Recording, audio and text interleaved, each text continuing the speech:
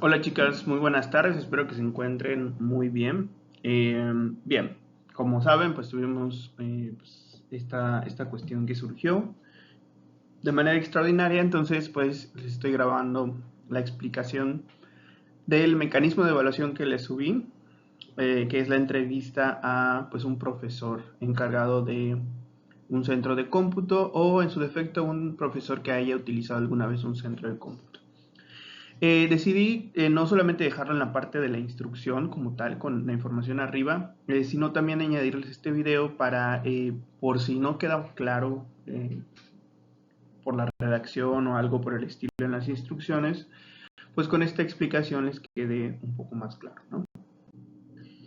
Bien, este mecanismo pertenece a la unidad 2, que es nuevas estrategias de aprendizaje en un mundo enlazado a la red.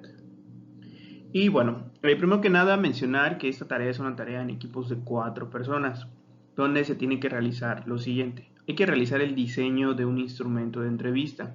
Es decir, ustedes han llevado entrevista en otras asignaturas a lo largo de la carrera como tal. Y vamos a añadir en este instrumento de entrevista, pues una sección primero de datos generales en donde recabemos información sobre el profesor o profesora que vamos a entrevistar. Cuestiones como por ejemplo el nombre, la edad, cuántos años de servicio escolar tiene, en qué escuela trabaja, qué estudió y demás cuestiones, ¿no? Eso como datos generales. Ahorita les voy a mostrar igual unos ejemplos para que sepan bien a lo que me estoy refiriendo. Y las preguntas que ustedes generen tienen que ir pues en torno acerca del uso y la importancia de los centros de cómputo en las instituciones. Es decir, sobre esas dos cosas vamos a preguntar. ¿Por qué es importante? ¿Cuál es el uso que se les da? ¿Es beneficioso? ¿Qué les falta a los centros de cómputo? Desde su experiencia, ¿cómo ha sido utilizar el centro de cómputo de la institución o instituciones donde ha trabajado, etcétera? Repito, la persona que entrevisten puede ser el encargado del centro de cómputo o simplemente un docente que alguna vez haya utilizado el centro de cómputo, ¿vale? No se pueden entrevistar a alumnos, no se pueden entrevistar a familiares y demás que finjan ser maestros, no, por favor, apéndense a eso porque sí es importante conocer las opiniones de los docentes con respecto a esto, porque pues al final de eso va la actividad. Bien, en cuanto a la selección de los sujetos de entrevista, dos profesores encargados a partir de asignaturas de cualquier nivel educativo. Dichos profesores deberán haber utilizado durante su experiencia docente el centro de cómputo en sus instituciones. Ahí les menciono dos, pero si dos consideran demasiado difícil conseguir a dos profesores, pueden entrevistar solamente a uno, no hay problema. Análisis de resultados de la entrevista. Posterior a la realización de las entrevistas, realicen un análisis de los resultados obtenidos durante estas. Enfoquen su análisis a comprender las experiencias de los profesores en el uso de centros de cómputo y su percepción de la situación actual de dichos espacios en el ámbito educativo. Es decir, cuando terminen de hacer la entrevista y demás, lo que van a hacer es pues realizar esta parte que corresponde a hacer un análisis de la información que le dieron los profesores durante la entrevista. Y hay que enfocar este análisis a describir cuáles son las experiencias que han tenido estos profesores pues a lo largo del tiempo en que han ejercido o utilizado más bien el centro de cómputo. Bien, son esas tres partes como tal. Hay que entregarlo en un solo documento PDF. Todos los miembros del equipo deben entregar la actividad. Bueno, ahí omitan eso. Creo que eso lo dejé del año pasado. Es solamente una persona del equipo tiene que subir la actividad. Hay que realizarlo en Times New Roman número 12. Se entrega a través del espacio del Classroom. Y por favor que ningún equipo repita eh, pues a su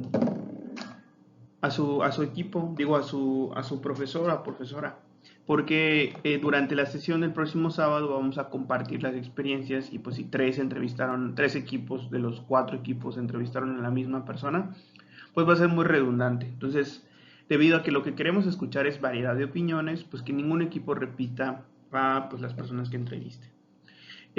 Cuando se entrega, jueves 13 de marzo, antes de las 11:59. Y aquí les dejo algunos ejemplos de formatos de entrevista. Este primero que ven aquí, que dice formato de entrevista psicológica, pues es el llenado de datos que se hace previo a sesiones en algunos lugares de entrevista, ¿no?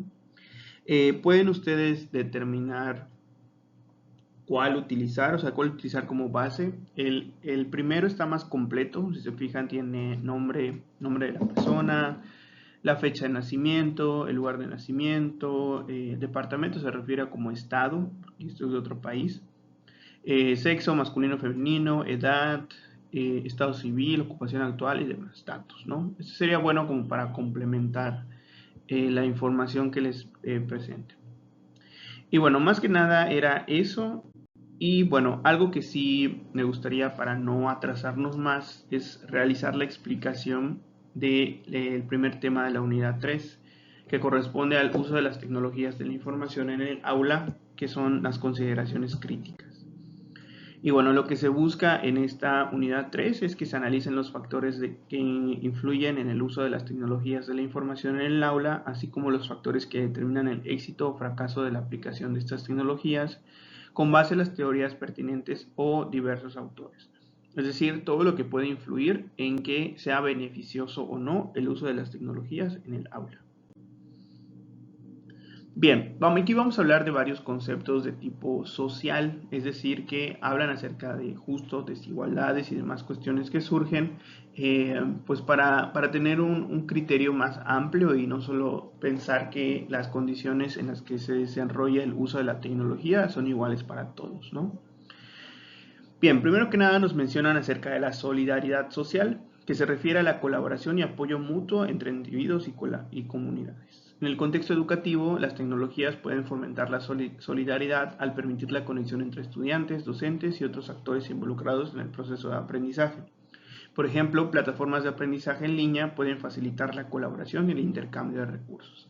Algo que veíamos en clases anteriores es que la tecnología puede parecer que a veces limita, o más bien su uso es limitado para ciertos sectores, pero a veces al contrario. Por ejemplo, en este caso se habla de la solidaridad social, ¿no? A lo mejor personas que siempre han querido estudiar en el extranjero y por falta de recursos no lo han podido hacer, encuentran esta alternativa de utilizar a lo mejor un idioma diferente o estar en una escuela que siempre han querido a través del uso de la tecnología, a lo mejor tomando una maestría en línea, por ejemplo, algún diplomado, algo por el estilo. Entonces, en algunos casos, la tecnología ayuda a generar este sistema solidario, por así decirlo, de usar pues las conexiones de Internet para acercar a las personas a ciertas cuestiones que desean. Igual, algo que influencia mucho el uso de la tecnología, como saben, es la desigualdad económica. Nos dicen que estas desigualdades económicas pueden afectar el acceso a la tecnología en el ámbito educativo. Esto es muy claro, sobre todo si hablamos de escuelas públicas y particulares. Dependiendo igual de la zona del país en la que estemos hablando, se nota mucho esto, las carencias que se pueden tener con respecto al uso de la tecnología, ¿no? ¿Qué otra cosa? Dice, algunos estudiantes pueden tener acceso limitado a dispositivos o conexiones de Internet, lo que puede dificultar su participación en actividades digitales. Esto es 100% real y seguramente lo saben. Cuando se marca a veces una tarea en una comunidad pequeña, pues suele ser complicado que todos tengan acceso a Internet, porque pues a veces las posibilidades económicas pues no son iguales para todos. Entonces, eso. Luego nos menciona que es importante considerar estrategias para reducir estas brechas y garantizar que todos los estudiantes tengan igualdad de oportunidades, es decir, los esfuerzos gubernamentales, escolares y en general de las comunidades educativas deben estar enfocados a reducir esta brecha de desigualdad. Ahí vemos pues una imagen que hace alusión a la sobrepoblación. Dice, pues básicamente la mitad del mundo, ¿no? Está súper poblado y un montón de carencias y demás. Y los ultra ricos, que son el 1%, tienen un letrero que dice que sigue no siendo suficiente lo que tienen.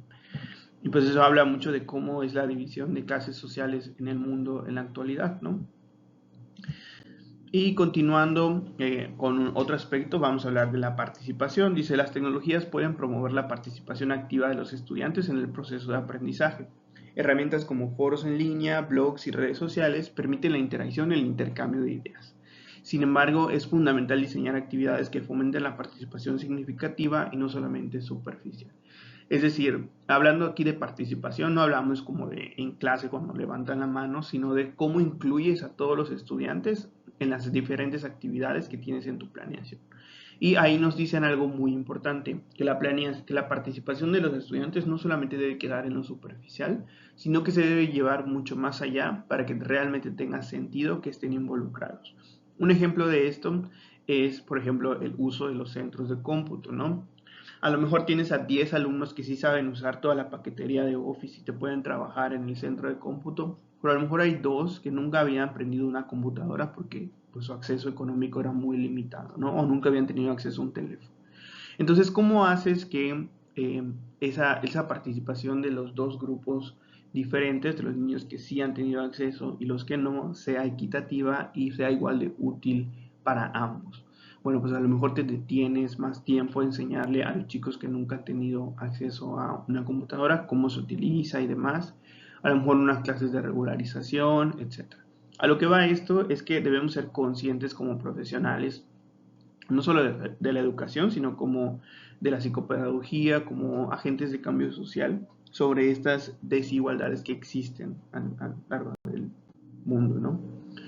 ¿Y cuáles son los criterios de equidad? Es decir, ¿qué determina o cómo se determina qué es lo justo para alguien o qué es injusto para otras personas? Dice, se refieren a la justa distribución de recursos y oportunidades en el ámbito educativo. Al aplicar las tecnologías es necesario considerar cómo afectan a diferentes grupos estudiantiles. Por ejemplo, ¿las herramientas digitales benefician por igual a todos los alumnos o amplían las brechas existenciales? Ahí tenemos una imagen que hace referencia a esto, ¿no? ¿Cómo vas a pedirle a estudiantes a lo mejor de una comunidad muy pequeña, a lo mejor una comisaría de Mérida, que te hagan a lo mejor una infografía? Porque pues a lo mejor se te hace fácil pedirlo porque lo has pedido en otras escuelas en el interior de Mérida, ¿no? Pero no todos tienen el mismo acceso a la tecnología. Entonces, el que tú pidas esto incluso puede afectar el promedio de los chicos al no poder entregarlo, o puede ser una dificultad muy notoria al momento de pues realizar las actividades. Entonces se pide como tener como mucha conciencia acerca de esto y de qué tan bien distribuido está el uso de la tecnología entre todos los estudiantes y cómo, si esto no existe todavía, cómo lo podemos cambiar. Y algo importante también es el desarrollo de las comunidades de aprendizaje. Dice, las tecnologías pueden facilitar la creación de comunidades de aprendizaje en línea. Estas comunidades reúnen a estudiantes, docentes, expertos para compartir conocimientos, resolver dudas y colaborar en proyectos. Es esencial fomentar un ambiente de confianza y respeto dentro de estas comunidades de aprendizaje. Esto de comunidad de aprendizaje se refiere básicamente a ese ecosistema que se crea cuando los maestros trabajan en conjunto con los estudiantes, padres de familia, directivos, para el beneficio justo de los alumnos, ¿no? El cómo varios miembros de esta comunidad educativa trabajando en su conjunto pueden fomentar y ayudar a que el aprendizaje de los chicos pues, sea el óptimo. Y bueno, básicamente eso es lo que teníamos que revisar el día de hoy. Este video pues se los voy a compartir en el Classroom, como usualmente lo hago cuando son materias asincrónicas, para que lo puedan revisar ahí. También revisen las instrucciones que les subí, por favor, pues, en el apartado del Classroom, donde está el mecanismo. Y si tienen alguna duda, pues escríbanme a mi correo. No me lo escriban en comentarios del Classroom porque no me llegan hasta que entro a la aplicación. Y a veces pues, estoy ocupado en mi otro trabajo y pues durante la semana no logro tomar el tiempo para entrar, ¿no? Pero si me envían un correo es muy seguro que me va a llegar y que les voy a poder responder con tiempo. ¿Vale? Bueno, nos vemos el siguiente sábado, chicas, que tengan muy buen día.